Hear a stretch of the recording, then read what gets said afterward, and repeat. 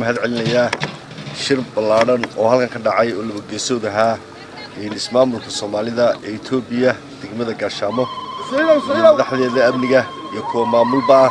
iyo degmooyinka gobolka Togdheer ee xuduudaha ku teedsan oo shir maanta halkan uga furmay oo aanu furay kaas oo lagu falaqeynayay sidii amniga la iskaga kaashan lahaa si wanaagsan oo noogu dhamaaday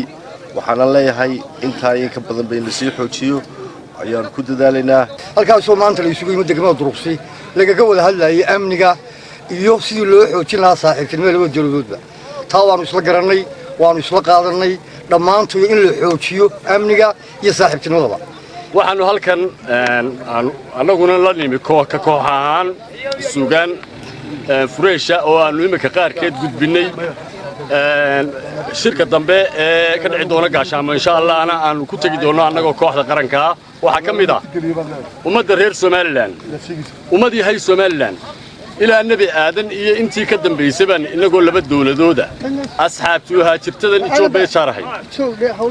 amaanka dhulkooda iyo hadaanu keenuba adkaan ilaaladu wada shaqayn ilbuucadu ka helaa iskaashigu waa muhiim Itoobiya iyo Soomaaliland saabka in gobolka Togdheer iyo gudoomiyaha degmada Gaashaamo waxa weeye hadaan hay Suudaanki deegaanka waan soo dhaweynaa aad iyo aadna waan u taageersanay waana ku hambalyeynaa waxaan anigoo kamid ah odayaasha gobolka aad iyo aad ugu dadaalaynaa si aanu uga shaqayn lahayn nabadgelyada iskaashiga wada shaqaynta xiriirka mid ganacsi iyo mid nabadgelyada sida awgeed waxaan aad iyo aad dadweynaha kula ballamaya dhinac walba ha joogeen in qolo waliba meesheeda ay aaminto nabadgelyada ka shaqayso adeeg laga shaqeeyo dadku wax dhaafsadaan wixii dib wadana gacan bir lagu qabto wassalaamu